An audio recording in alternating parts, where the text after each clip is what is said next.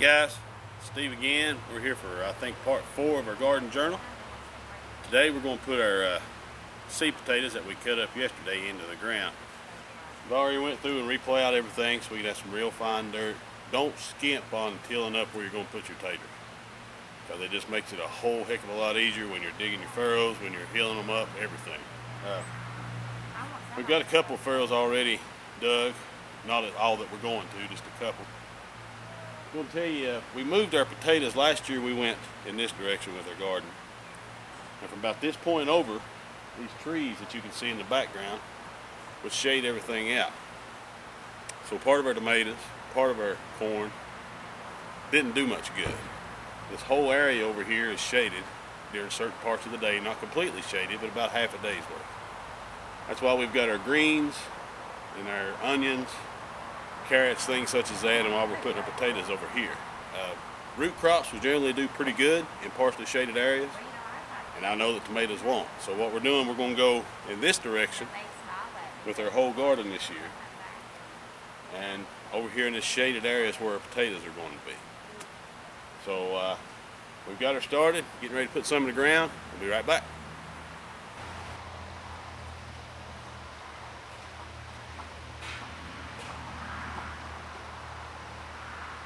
Alright guys, we're over here. Got our little cut up seed taters in our little basket. Simplest thing in the world now.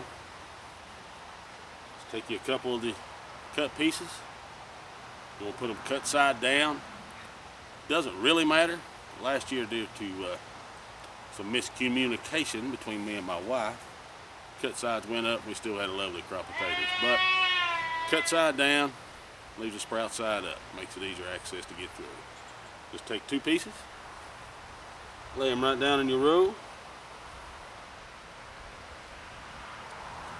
and that's it as far as that part goes. Go about every 8 to 10 inches, and just do the same thing again.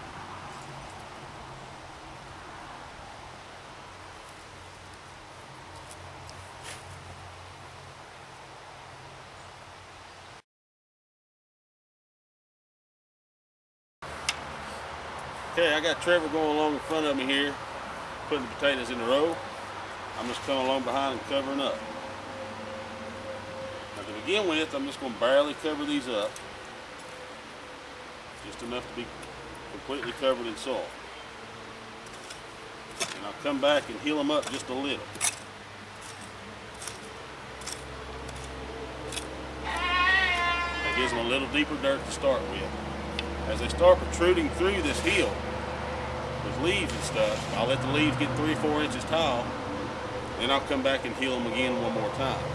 All it does, give you more room for actual tater to grow instead of just leaves and stuff.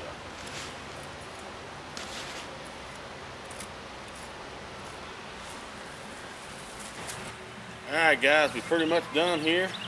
We've got 5 good short rows. Last year we had 2 long rows, but when we went on the end this year, we ended up with 4 short ones. Our garden spot here, the main section is about 50 by 26. 26 this way, of course. So we actually ended up with a little more potato space than we had last year. And we'll continue going in this direction with everything else as the time comes for it. We ran out of cut pieces, so Trev had to go in the bag of the seeds there that we had left over. We try to find us some more with some spuds on it. That's what he's finishing up there right now. All I gotta do is cover that up, and we'll have our taters done.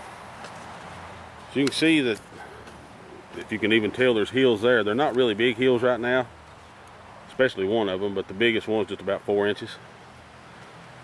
So, and that doesn't really matter right now. We'll take care of the healing once the plants start coming through the ground. And one advantage of having a small tiller like I've got is when it does come that time, I can take my tiller right in through here in between these hills and get the dirt good and soft again to use. That also helps if you have to weed. And I'll show you later on, I'm not going to have to weed after I get the hills up. Just using newspaper and straw. And we'll go over that later, but it's not too hard to figure out if you want to use it now. We'll be back in just a minute. Alright guys, we got our taters in the ground covered up. So we're done with that part. Don't really know what's next on the schedule. We'll have to sit and plan and see what the weather holds, what else comes along. If you noticed there, I had Trevor out here with us today. A lot of good things come out of getting your kids out in the garden with you. Number one, of course, is you don't have to do as much work. No, all jokes aside, that is just a help. Being in the garden has many, many benefits. You can enjoy the time out here. You get exercise out of it. And getting the kids out of the house and playing in this good old dirt, well, that's not going to hurt them a bit. It just adds many things. I was having a conversation earlier today with a member of our outdoor group on Facebook about how tough it is, and a lot of times we don't realize it, but how tough it is to raise our kids to be responsible in this day and time, because everything you see on TV or in the news, magazines, what have you, is how there's ways to get by without being that way. But don't want to teach our kids that. Want to teach them to be responsible, to do things they need to get the things they need, instead of just relying on other methods and other people. This is a great way to do that.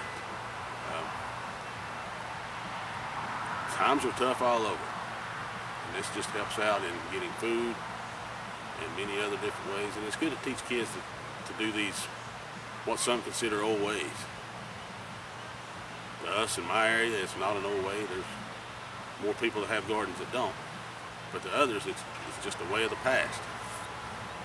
And some of them just do it to try to keep that connection with the past.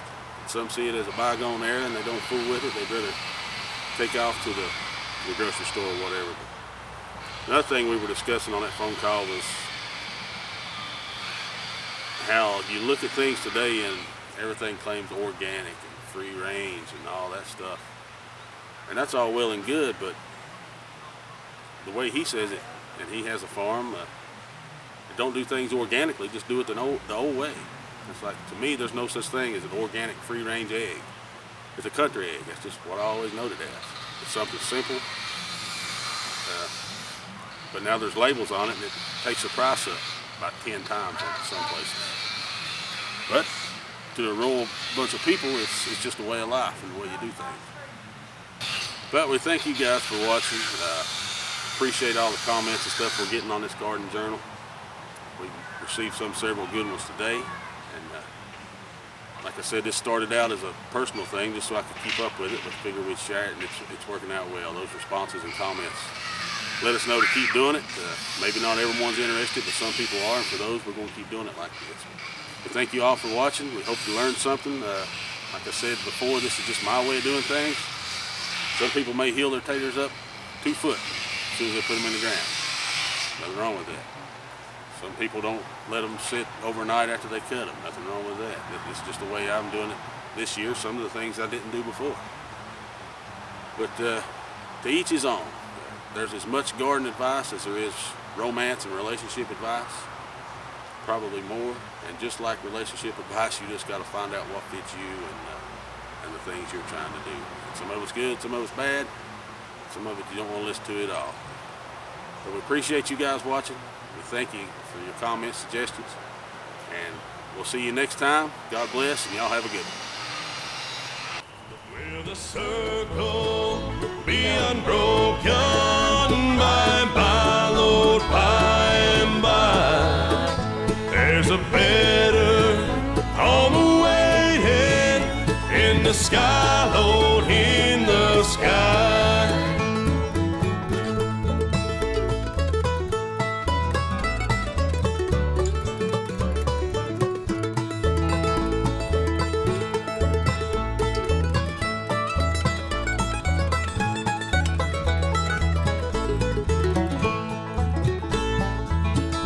Well, I told that